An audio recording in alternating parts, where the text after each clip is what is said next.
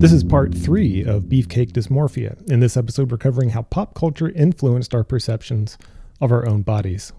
You mentioned the 90s. I remember there was still a lot of stigma and misconception about AIDS in the 90s.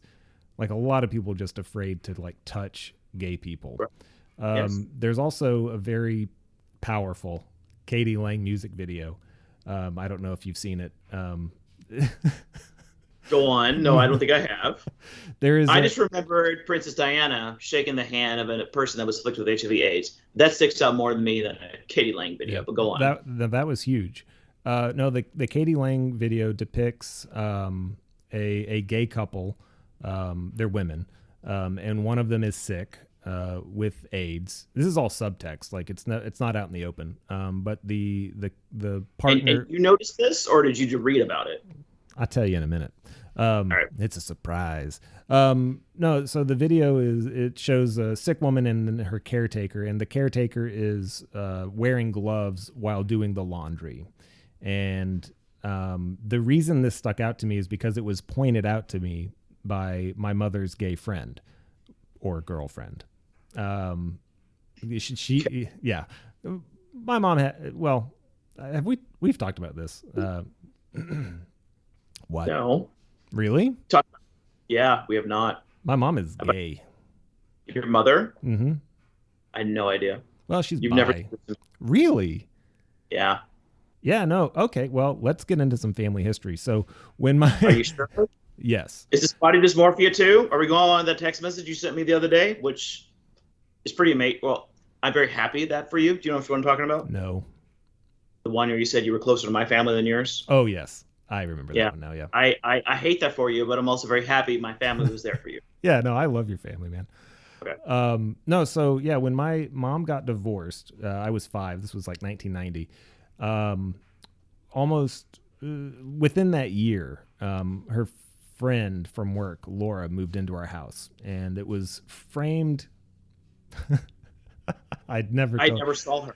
She was not there gardening with your mother. No, she was not. Well, so it was framed to us as Laura needs a place to live and she's going to move in with us. And so she moved we had a 3rd bedroom in our house, and she moved in there.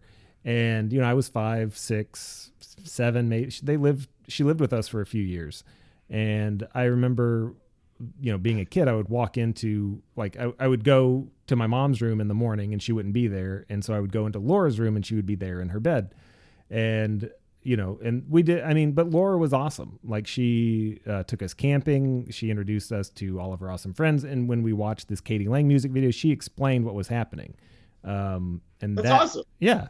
And another thing is she bought, she couldn't afford a Subaru, so she bought a Honda Civic wagon. I remember. I'm sorry. I'm out. Did she tell you, "Oh, I really want a Subaru," or are you just making a terrible joke? I do remember. No, I just made a terrible joke. Because it's okay. Because my sister-in-law, who's also a lesbian, she drives a Subaru. Yeah. Well, and Subaru actually changed their ad campaign to be specifically towards lesbians. They're good cars. Yeah. So she bought this Civic wagon. Yeah, and it had a rainbow bumper sticker on it. And when I was a kid, I was just like, I love rainbows. I love your sticker. That's awesome. And listen, this is how much of an idiot I am. I did not connect these dots until I was like 20 or 21. And I just asked my brother one day, hey, do you remember Laura? Did you know? I think she was gay. And my brother said, you know that mom's gay too, right? Like, that's why and I was like, oh yeah, because she woke up oh yeah, I remember, because they were oh yes, I remember.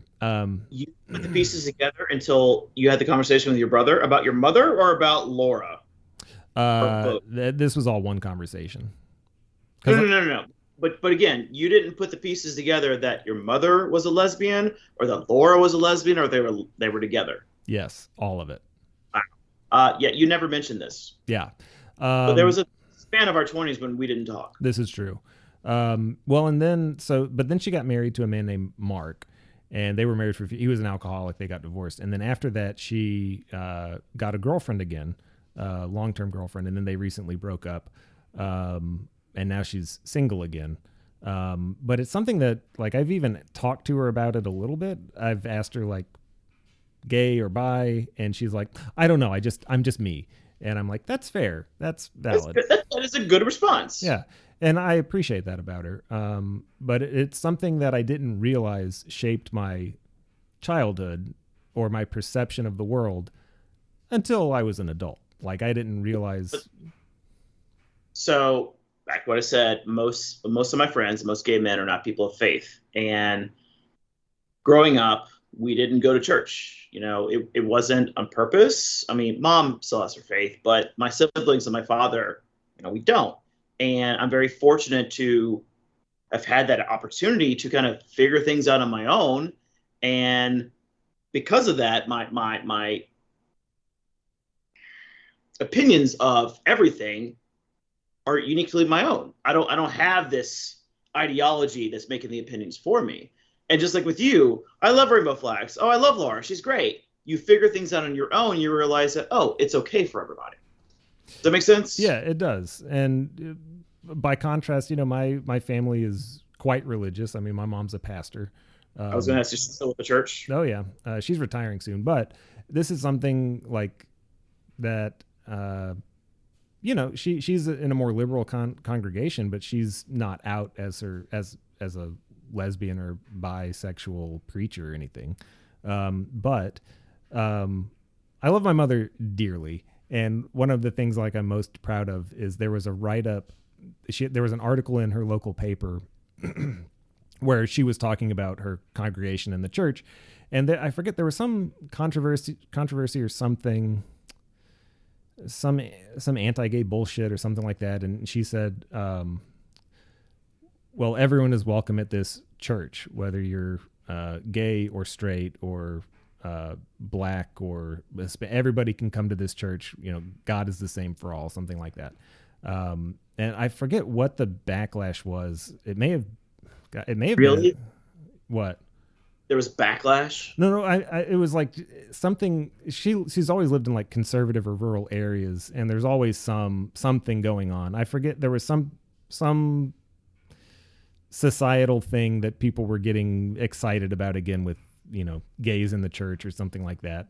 And she just put out this message of inclusivity in the paper. No, as far as backlash, I don't think she experienced any, but her response, or the article was in response to whatever was going on. Okay. It seems like we've gone full circle from the 1980s. And it seems like, actually, as far as male body image goes, we just keep doing circles. Muscular and hypermasculine models in the 50s, muscular and hypermasculine physiques in the 1980s to demonstrate good health, or, you know, actually just to get better health, and muscular and hypermasculine imagery in the 2020s. I mean, even going back to the Greeks and Egyptians, we're sort of shifting between bulky and muscular to lean and fit. In the 90s, things changed again. The bulky bodybuilder no longer appealed to a new generation of young adults.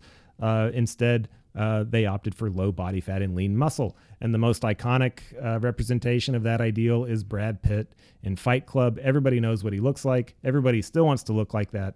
He is the perfect specimen of a man in Fight Club. The body shape that we're seeing now in the 2020s is actually something of a hybrid between Stallone and Brad Pitt. Lean torsos, large but not overdone legs, and large pecs. But if you go to the gym, you may have noticed that there are quite a few guys who seemingly have a totally different goal in mind. Younger gay men today are back on the roids, a population of men who have higher instances of eating disorders and body dysmorphia disorder, and who are more likely to internalize the idealized imagery of men in the media. And to that end, I don't know jack shit. And that is actually why I wanted to do this episode with you, because I don't know anything about steroids, why anybody would use them. I mean, I get that you would get bulky and like look super, I get that, but I'm not into that. So who is using steroids? Where do they get them? What are the side? Aren't they worried about their balls shrinking? What's the deal? Why do you think people use steroids right now? Someone young, our age, and healthy. Why do they use steroids? I would say to accelerate getting the physique that they want, to get bigger and look the way they want. Why? Because they're reaching middle age, because they're single, because they want to look better. I mean, shit. If they're young, if they're my age or younger, I think it's just a. I want to say vanity, but not necessarily. I think you want the most out of your body for some reason. I mean, like I used to be a competitive cyclist. It would have been awesome to have been on a bunch of drugs to make me faster. I would love to be super fast on a bike now. Drugs would be awesome. I don't want to put my body through that. And I don't want to spend the money on that, so I don't. But to me, it's like you want the best or maximum experience out of your body as possible. That's what it seems like to me. I want to see if I can get you to get a thought process that I had when I was reading your notes. As a gay man, why do you think vanity is important? I would assume it's important for the same reason that it's important for straight men and everybody. Which is what? Attracting a partner, being attracted to a partner. And why do you want a partner? What is the end goal of having a partner in your life? Shit, someone to grow old and die with, not be alone. And what do you think those feelings come from as a young gay man? What feelings do we have before we become who we are today? The longing for desire, not being rejected. Rejection is a good point. But when you're young and you realize you're different and you're still stuck in that closet and you're like, how can I get people to like me, to accept me when I'm different than others, when my mother may not like me, when my brother, my family, the girlfriend or the boyfriend I'm dating, what can I do to be understood and to be liked? And I think through that, a lot of potentially this vanity comes from, and the things we do to our body is to still deal with those, I can't think of the word or the Freudian word, but those unresolved emotions that we had before we came out of the closet. Because you're still by yourself. Just think of being in the closet in the dark. What do you feel? Alone, isolated, unloved, unwelcomed? So you do what you can to get to yourself to a point to find that partner, to have that sex, to have that longevity, that long life with someone. I mean, I feel like I'm totally jumping ahead 10 different conversations, 10 different steps, but I think it's why, honestly, a lot of people are doing it, because of that vanity that has issues from being young and unwelcome and unaccepted and unloved when they were younger in the closet. That's what I think when I was reading through your notes. I'm wondering also if sort of not just finding a partner, but being part of a community in general. Like gym culture is its own thing. And if you want to be part of a community, if you want to be accepted as, in gym culture, whatever, you want to show your gains, right? You want to get big and you want to look like you fit in. That I think also could be part of it. But again, I don't know. As a 38-year-old man, I work out 6 days a week to look better, of course. But as we were talking about issues with our family, I talked to my doctor post-vaccine, and I was able to get the HPV vaccine because insurance finally paid for it. But I asked her, I was like, so I'm almost 40. What can we do? What insurance is going to pay for to do tests and screening and drugs? Because I've been on high blood pressure medication since I was 30. And I asked her, I was like, so Dr. Jones, I feel like I have white coat syndrome when it just skyrockets at the doctor's office. But when I take it at home, it's slightly above average. And she's like, fine, we'll get you on this drug. And then over the course of like 3-4 years, we increased the dosage. But I asked her, I was like, as someone so young, will this drug help me? And she says, no. There is no test to prove that a 30-something-year-old young man will benefit from blood pressure medication growing up. So, I know. Oh my God, I lost train of thought. Help me, Joseph. Where was I going? You said you were going back to health. You go to the doctor. Oh, okay. So yes, blood pressure medication since I was 30s, and I work out now just to have a better second half of my life. I'm very successful. I have a good partner. I live in a decent city. I live in a great neighborhood. You know, a lot of these things are kind of there for me. But still, I still go to the gym to just have a healthier life. You know, I mean, every time I work out, there's a euphoria that comes from it. But sometimes, you know, certain guys will feel the need to have more, and I think that's why they do drugs. You know, drugs. Excuse me. That's why they do steroids, and steroids is a drug. I don't know. I don't know why they do it, but out of my friends that do work out as much as I do, I think it's about maybe 25 that work out as frequently as I do. I still have the same body size as I've ever had in my entire life, except until probably from 2016 until 2020 when I was doing so well. I mean, I was easily 174. I was more cut. I'm 155 now. My clothes, yeah, I look great. I mean, people were looking at me, you know, and there's that vanity. But I lost it all because of COVID, because you can only do so much with, you know, a range of dumbbells into 40 pounds and then 2 bags of kitty litter that are 50 pounds and a weighted vest. You can only do so much of that in your basement of your house. So I lost a lot of it. But I still think that a lot of guys do it just to show off, to impress others. And with the advent of social media, I mean, it's just so in your face. Even I, to this day, still kind of have that little nagging thing in the back of my mind that, oh, you should do more. You should do more. You should do more. And he asked me the other day if I had steroids, if I've ever done them. And I've never done them. The desire's there. I have some in my room right over there. I haven't used them yet. I don't know if I will. So I think I asked you this when you first brought up steroids, because the first thing that I thought of was like the side effects of steroids, like the negative impact. So like the traditional, like the historical stereotypical is like acne, and then your testicles shrink, and then I don't even know is it hair loss? Do you have hair loss? Rage. Oh yeah, rage. Yeah. Well, are we not concerned about these things? Ball shrinking? No, I have not personally been able to find anything. Granted, I've searched online. Do they grow back? Friends of mine that I asked to do steroids, they never really give me a definitive answer, so I don't know. I'm assuming they do. I mean, just like with Visine eye drops, you continue to use them, your body stops producing natural tears. Same thing with testosterone. Your body stops producing testosterone, so your balls shrink. There's no need for them. So I don't know if they grow back. Acne, do you still have acne? Yes. I still have acne. That's number 2. Who gives a shit? Rage can be from anything. A bad day, another drug, didn't sleep well.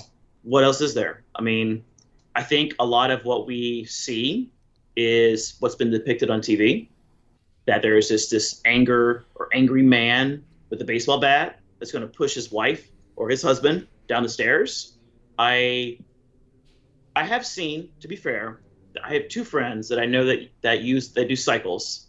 I would say they do cycles every two and a half years, and their cycles range between 3 and 6 months. I've noticed the acne, doesn't bother me. I've not really noticed the shrinkage of the testicles, but I have noticed the not incoherent rage, but the anger about something that just doesn't fucking matter, you know? And I'm looking at them, I'm like, can you tone it down out of a character little bit for them? Yeah, because again, it's about something that doesn't matter. Right. But they look great, and I don't know what to say beyond that. So you mentioned that they go on cycles, 3 to 6 months. So I mentioned the Liver King like way earlier. His whole regimen, it was just like he was doing it 12 months out of the year, right? And just spending like $15,000 a month on steroids. That's bad. That's terrible for your cardiovascular system. Yeah. And so it sounds like that's like like this guy just, for whatever reason, just has unregulated, like just a whole bunch of issues that he's dealing with steroids. It sounds like in the instance of your friends, they're more calculated.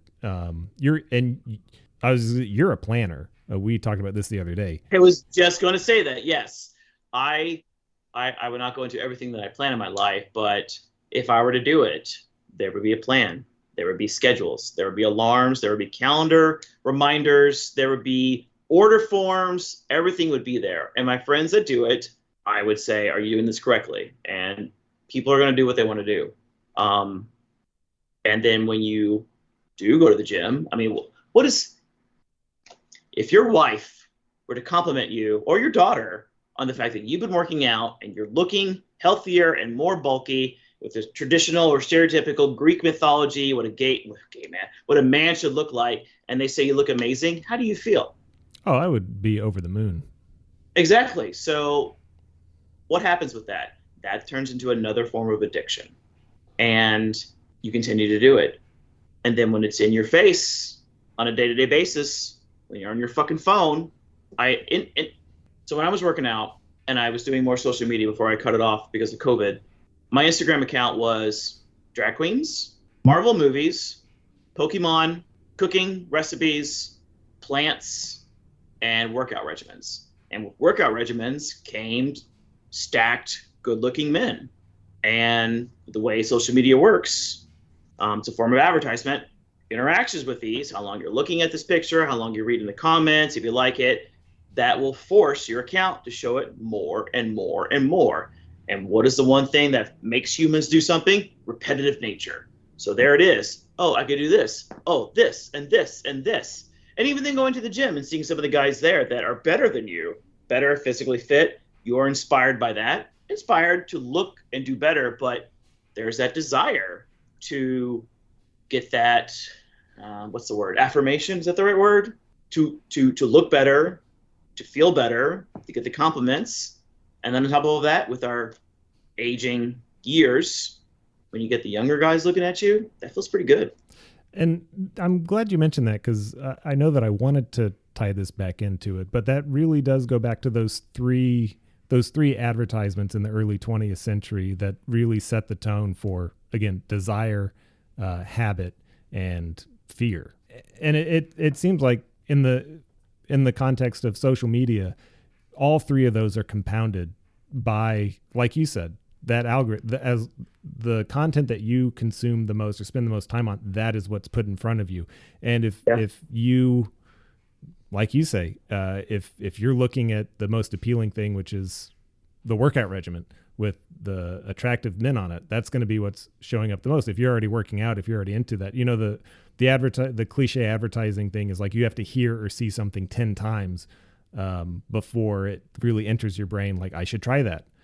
You swipe your phone within 2 minutes, you've seen the same traditional muscular men working out. And again, I use it as a mechanism to learn about different maneuvers in the gym, but you are still affected by the way they look. Because if I do this one, I'll look like that one day. I'm still intimidated by free weights. So I only use the bench press. I have looked up probably 20 videos on how to do a deadlift. And for some reason, I am just terrified of making an idiot of myself at the rack doing the deadlift. But in doing that, I keep getting these video recommendations and advertisement recommendations of like supplements and shit, like just over. Yeah. It's like, I just need to know how to like not wreck my back when I'm lifting this weight. But no, I mean, it's interesting that you say that, because just the number of times that you swipe, those are all one interaction, and you're not just getting the 10 interactions, right? You're getting hundreds as you're scrolling. But then you start seeing the same ads over and over too, and you're seeing them dozens and dozens of times. And to me, I don't think I'm susceptible to advertising. Like everybody is, but I'm not out there looking for a solution to all these problems. Like, I totally understand that the reason that, which by the way, I weigh 190, and I've been working out more. I'm fully aware that if I wanted to lose weight and get down to like 175, all I have to do is like eat better, exercise more, like reduce calorie input and increase calorie consumption. Right. You're 6'1"? 6 foot. 6 foot. Okay. I'm fully aware of that. I don't need supplements to like do that. And I've never really wanted to be bulky. That's not my thing. I want to be able to like hike and ride my bike and not get winded when I use the stairs. Like I very much know who I am, like what I'm about. For me, I mean, just as my traditional or typical personality. Food is very much a huge part of my life. I mean, when I moved to Baltimore, the economy collapsed. So what did I do? I learned to cook. And because of that, that was honestly my biggest fear of COVID, was to lose my sense of smell permanently, which thus be my sense of taste. I make events with my meals, on an individual level, on a group level, and I have dinner parties. And because of that, I work out to be able to eat whatever the fuck I want. But again, you are still influenced by everything else. So look better, more attractive, healthier body, sex, and the food part comes down here, you know? Oh, yeah. So you mentioned when we were first talking about this episode that you were going to share, since I do kind of want to go into the body dysmorphia, like how we look at our bodies in unrealistic ways. You said you were going to share your story, and I have a story too. So this was, I feel like it was this year. I really think it was this year. It was this year or last year. As you were saying, the past 2 hours or so, what the ideal gay male image has changed over the years, from Greek mythology to the Renaissance to the 70s, the gay men, to the 80s and 90s, the gay men, to the Victoria's Secret pencil thin goth models, to what we have today, where there is this weird mix of what is the the standard of 2023, the 2020s, of what a gay man should look like. And most you see are bigger guys, not the traditional homophobic phrase, twinks, but more of the twunks with a U rather than an I, where they are, smaller frame guys, but let's just say they're a little bit more bulky, but they have a little meat on them. Meat meaning fat, meat meaning muscles. Growing up, I knew I was gay all my life, within the realm of memory and critical thinking. And Ryan Phillippe in the 90s was in this movie, Cruel Intentions. One of the best films of the 90s. Oh, amazing. Better than number 2, better than number 3. I think they're making a number 4. Are you vaping? Are you vaping? I've seen you do this like 6 times. Okay. I'm working on myself. When did you start doing this? I don't want to talk about it. All right. It's been a couple of years, and I've quit 2 or 3 times. I've used these lozenges, and also like nicotine pouches, not tobacco, but nicotine pouches. I've also switched to spitless tobacco, and I don't want mouth cancer. And honestly, nicotine is like the worst drug to start, because it's the fucking worst. Are you doing this as a catalyst to stop other things? I don't drink. I don't smoke weed anymore. I don't do any kind of drug. Are you doing this to replace those so you don't go back to them? Yeah, I also stopped drinking caffeine. And nicotine's like the last thing on my list to get rid of, but I feel like it is a crutch for all the other things that I don't do. I went through our pictures, Joseph. I just went through my collection of just antiquities from my youth. I was like, oh, there's Joseph and Andy. Yay, we were so young and stupid, loving Sailor Moon. Oh God, yeah. He is so conservative now. That's unfortunate. Yeah. I again, this honestly, here's a good podcast idea. Young friends, or your adolescence, and how your friends who you thought you had so much in common with turned out to be completely different than you are. You know what was wild is he really loved the dead Kennedys, and so did I. And yes.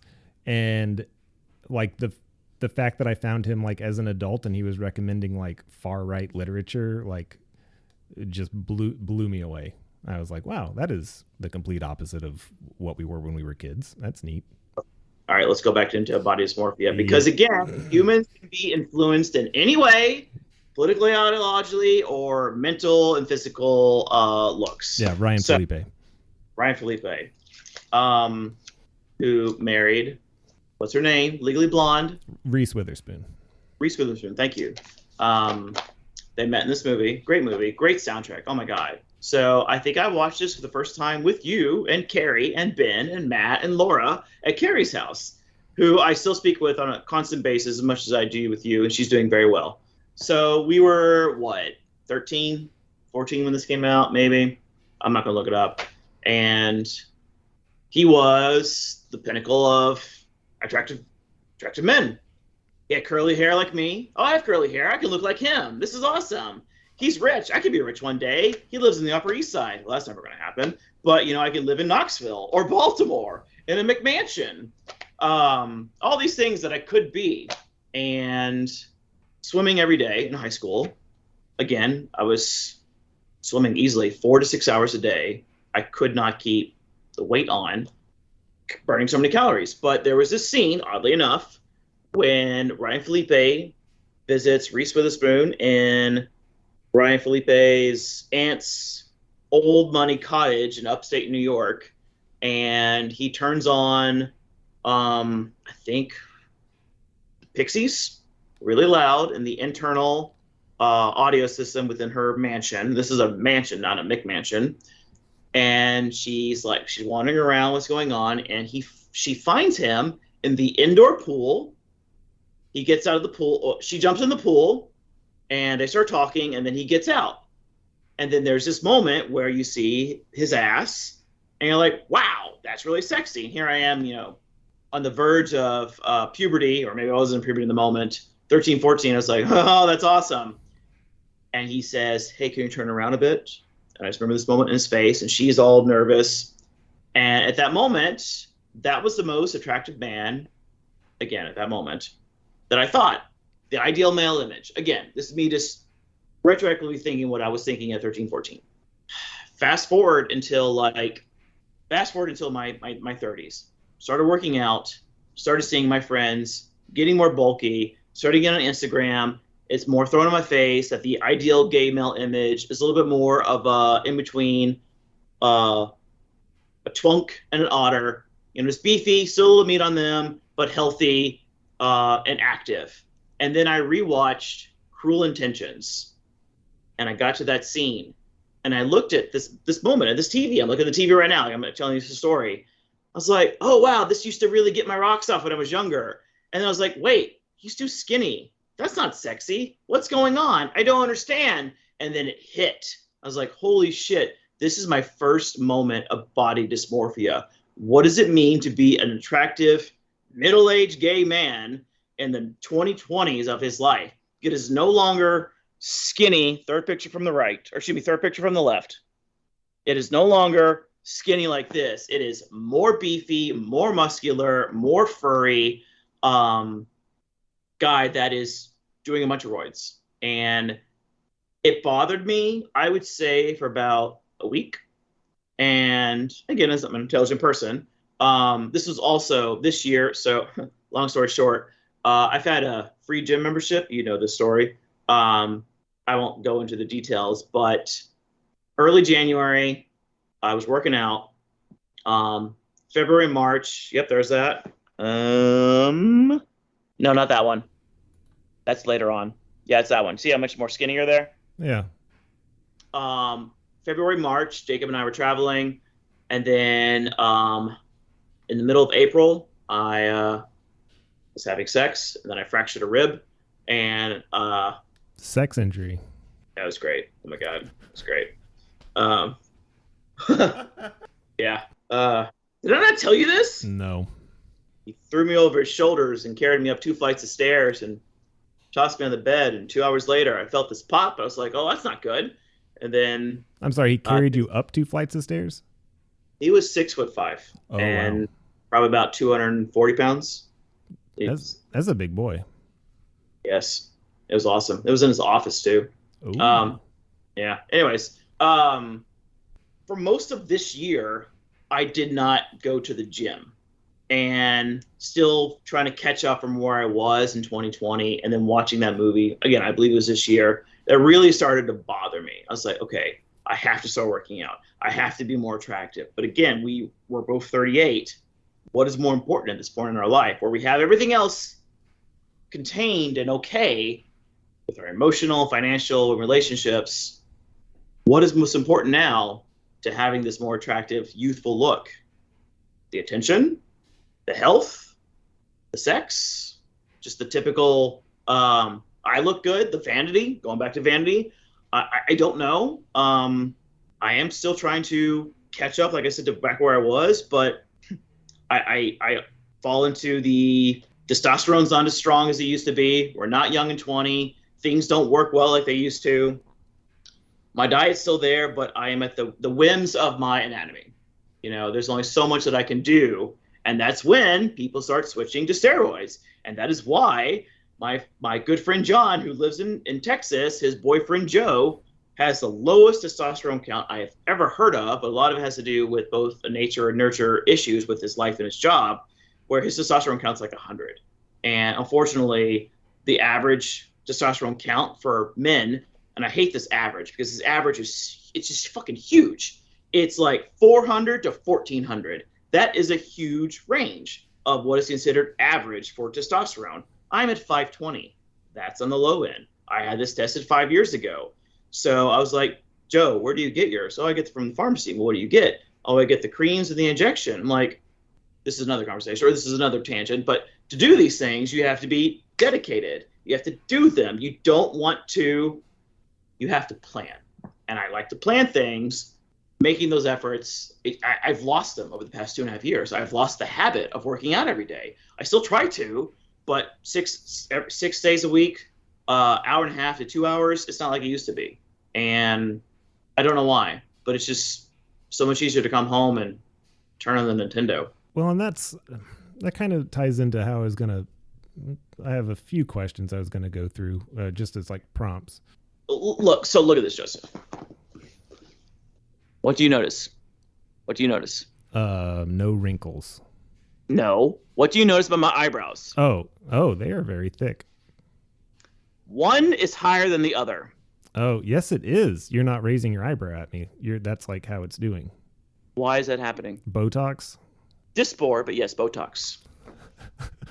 That is another vanity and body dysmorphia from getting old. That was actually that's actually one of my questions about body dysmorphia.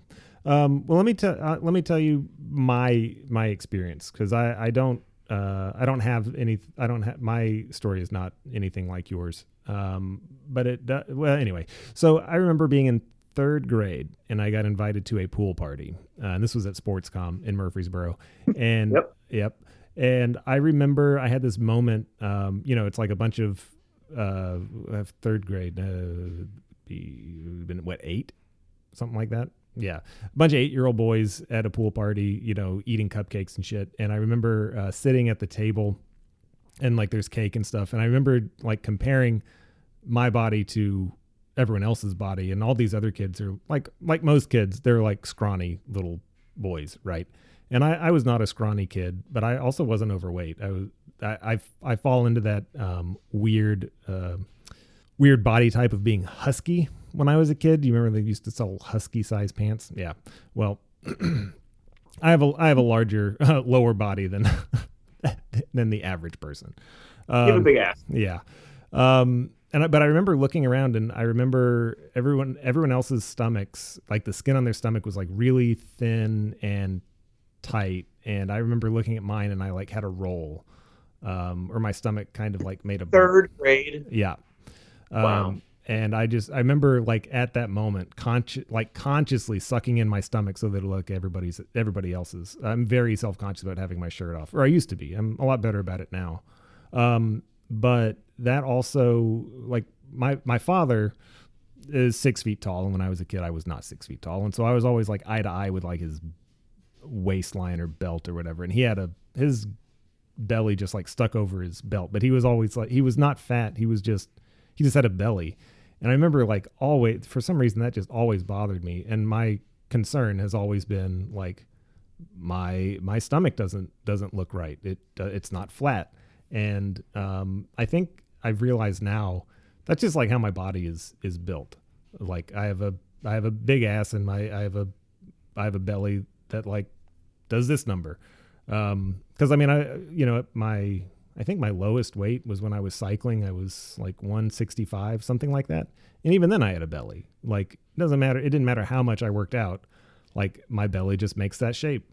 And so now, I work out. I don't really the reason I started working out is because I felt like I was getting more round around the waist, and that's actually changed now. Thanks The to reason why you work out or your waistline? say that again.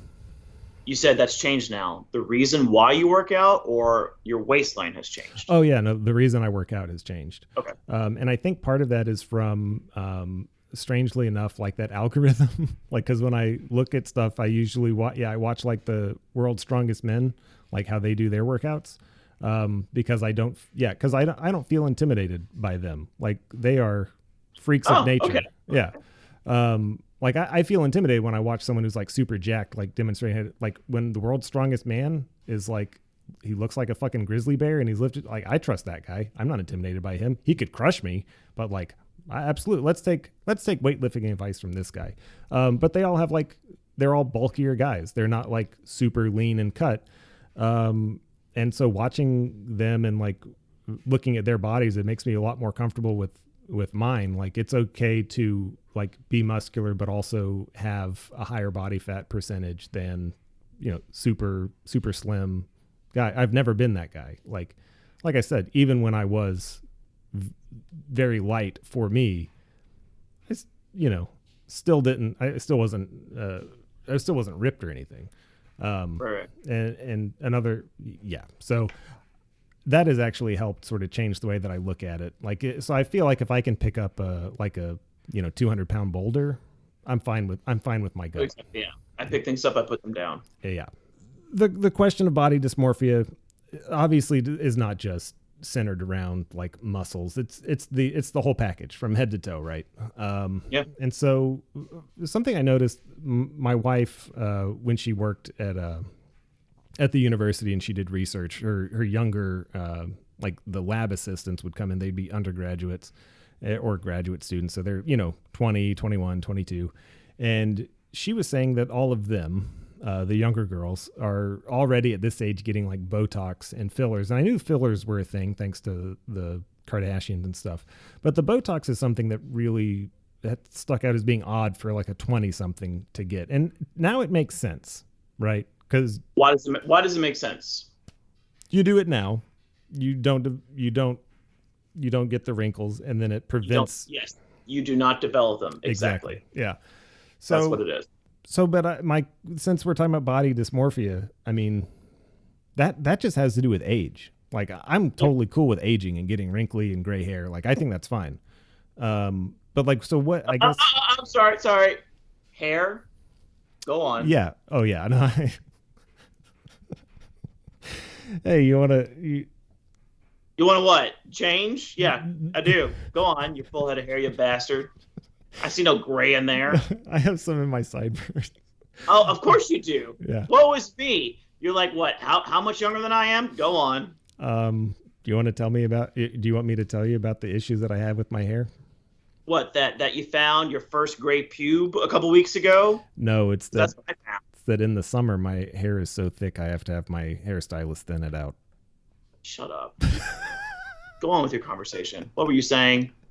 Oh, Botox in your face. Yeah. No, I was going to ask. So as part of body dysmorphia, I mean, are we afraid of, and this is like this, you don't have to speak for like the gay community. You just speak as a human. I mean, obviously that's what you are, but I mean, are we afraid of like, are we afraid we won't recognize ourselves if we get older? Like I don't get it. I was at the grocery store with my friend Chad last year sometime. This is post-vaccine. Walking in this hippy-dippy grocery store, and he's like, Ashe. I'm like, yeah, Chad. He's like, do you ever think about dying? I'm like, what? I'm like, we're buying milk and eggs, and you're asking me this philosophical question, do I think about dying? And I was like, no, Chad, I don't think about dying, but I think about the fact that if I'm hit by a car, it's going to hurt a lot more.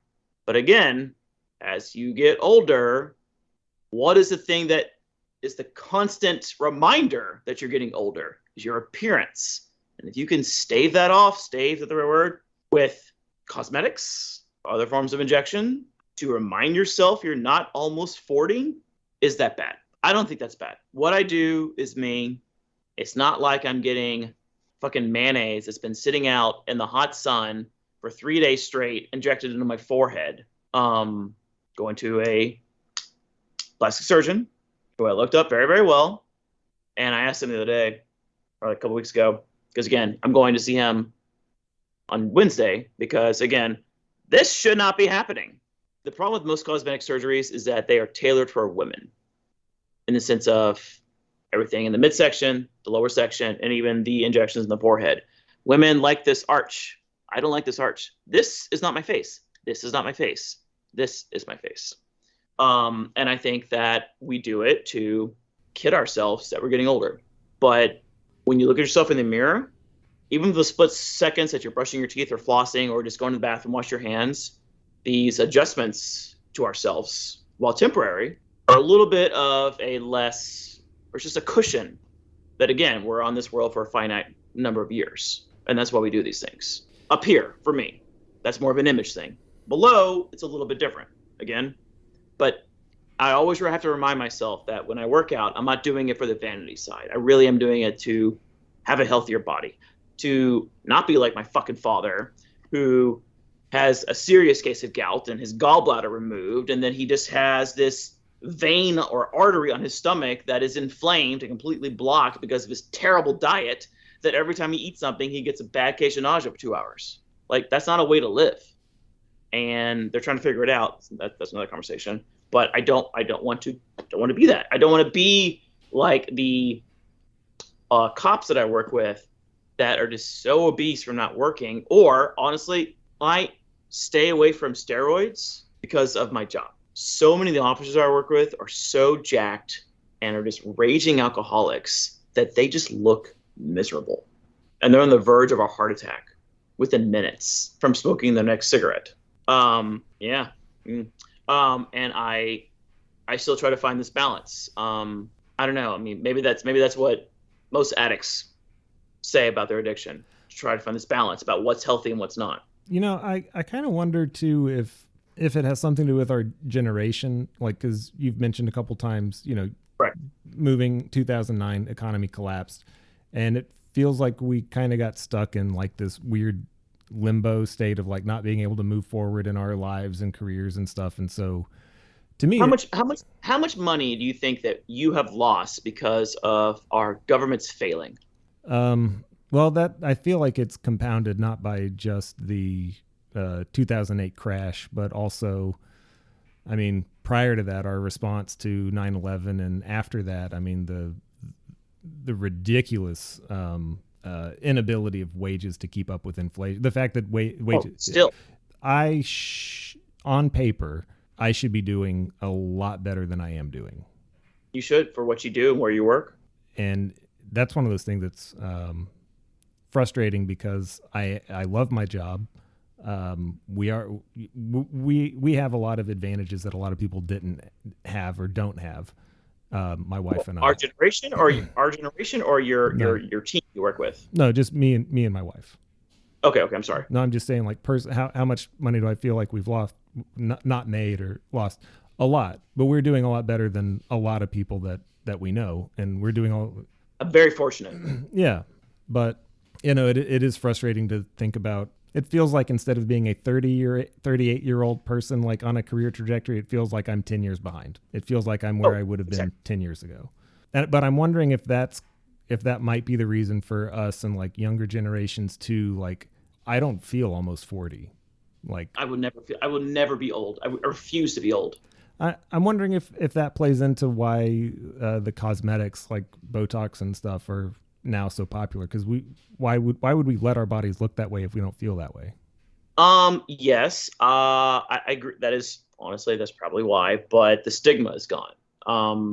You know, the vanity, it's just like, I've wanted to, but I haven't. Honestly, I never found a place to go, because you don't want to go to some quack or some nurse practitioner who doesn't know what she's doing. The guy I go to, you know, he says within the first week and a half, 2 weeks, if you don't like it, come back, we'll fix it. And this is not bad. The worst part would be if it's like this, you know, and that is a quack that's going by design. When I first had my first consultation with him, he spoke with me for 2 hours, and he didn't charge me anything for that consultation.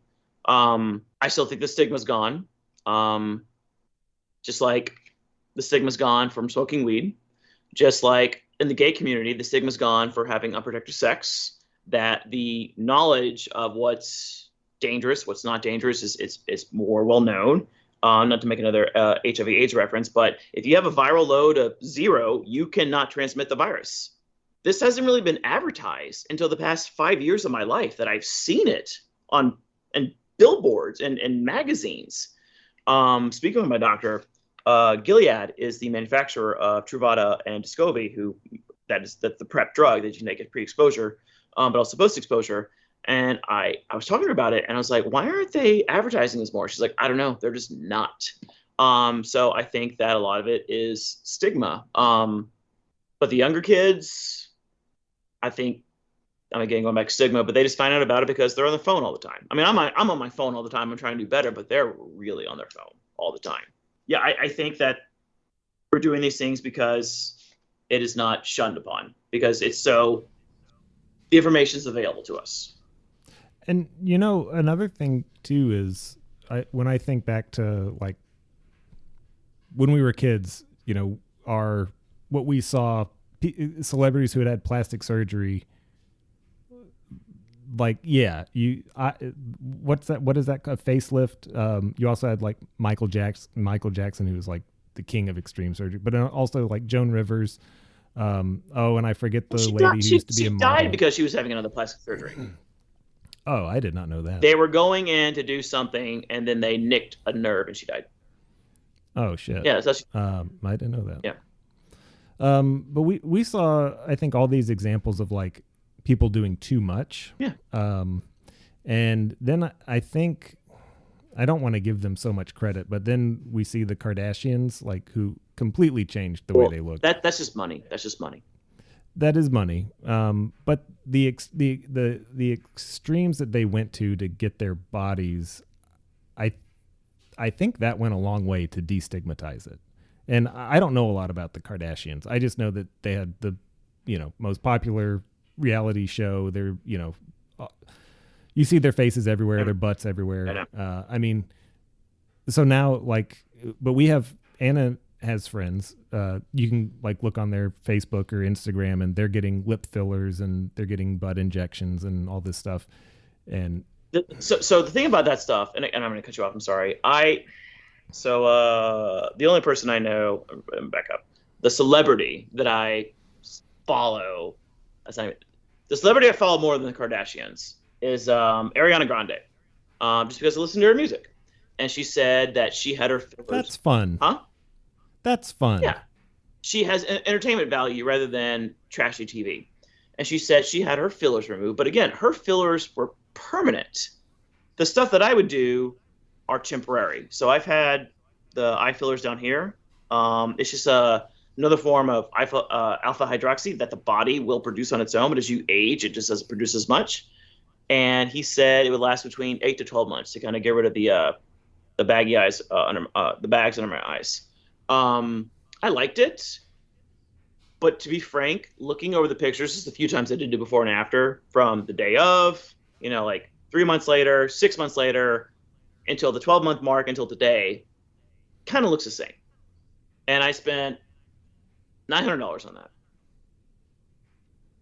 No child, dual income, no debt. If I were not a big loss. No, exactly. The other thing that I would do is one of the Jonas Brothers talked about this, and I remember this because this was the first time a male celebrity that has an entertainment value rather than trashy TV was his fillers, which were these. This part of the body, it's some weird name I'll never remember, but it's like a mixture of ventriloquist, and fallopian tubes. Don't know what it's called.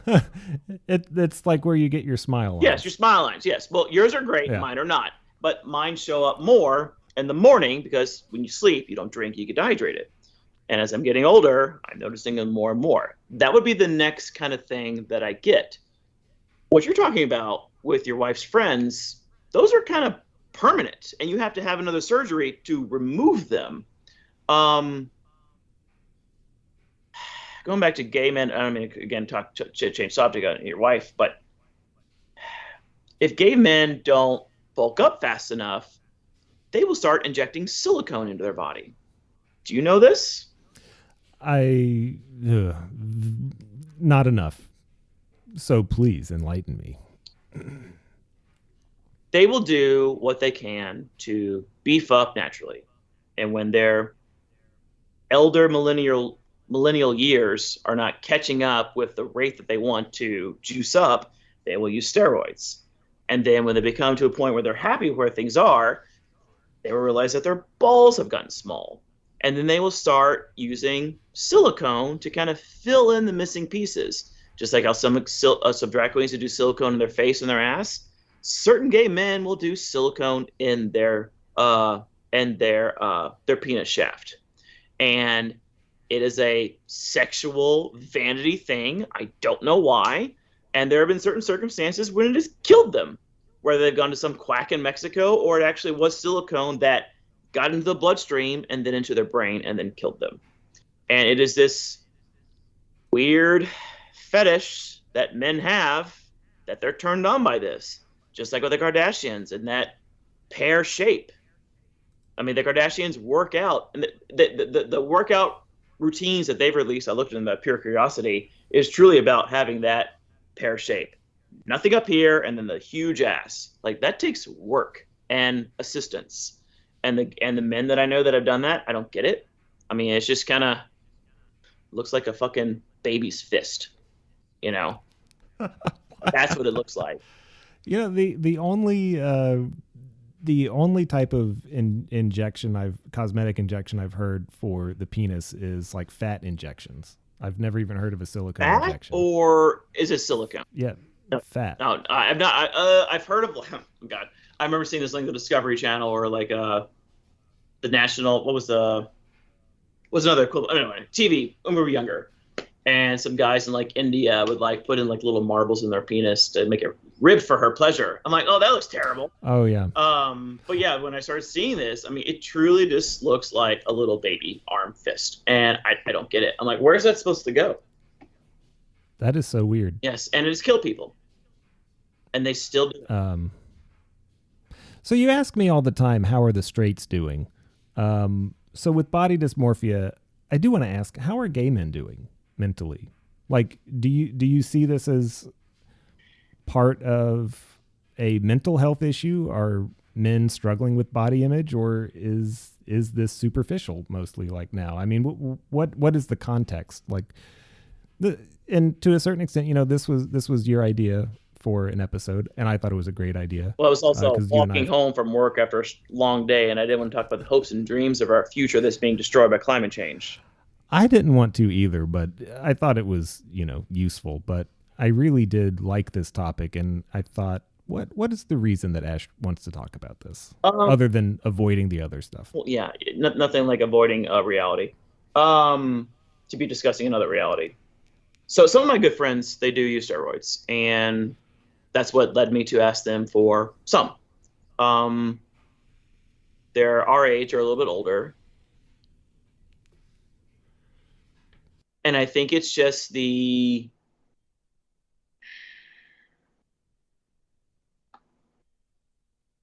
quickness or the short-term goals of how it works so well. I mean, it just works. Within 3 to 5 months, you have accumulated 3 to 5 years at the gym.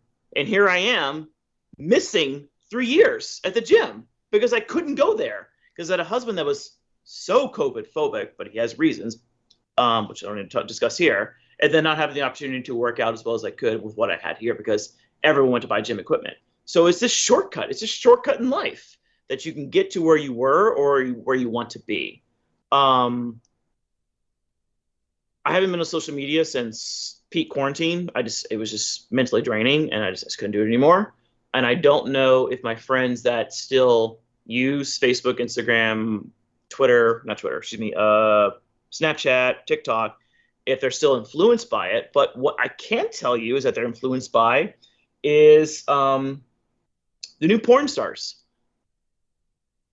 There used to be porn studios, countless, where they pay the actor $2,000 and they would use his likeness in perpetuity, and they would continue selling media. The new porn actors, which we now call sex workers, are making their own content on OnlyFans and just for fans. And then if you pull up their accounts, what do they look like? Jacked, beefy, muscular, the epitome of what a gay man should look like. And how do you think they got there? They got there through chemical enhancements. But imagine if you're in their situation. Either A, very educated, or you're B, you're stupid. But let's just imagine you're stupid. You have this hobby that working out in the gym and you're able to accelerate with steroids, and there's this avenue to make 60% per video exchange. So $5 per video, 60%, that's $3.40. No, $3. And then 80 people buy it within a month. That's a lot of money. So you continue to get more and more and more, and you see so many people making their own content, and then it becomes a career. So not only is that body dysmorphia to want to be jacked and look like that person, but you get the addiction from the likes and the hits, and then turns into your career and turns into everything that you have. And I've seen some of my friends kind of go that path. And I'm like, are you sure you want to do this? Is this the right decision you want to do with the rest of your life? Because again, you're the hot thing now, but you may not be 5 years from now. But then from there, that leads to more body dysmorphia. The fourth and final episode of Beefcake Dysmorphia comes out next week. Catch us online at uftpultra.com. We're also on Instagram at unfuckthepoor, just like it sounds. There's nothing special there. We post basically cat memes.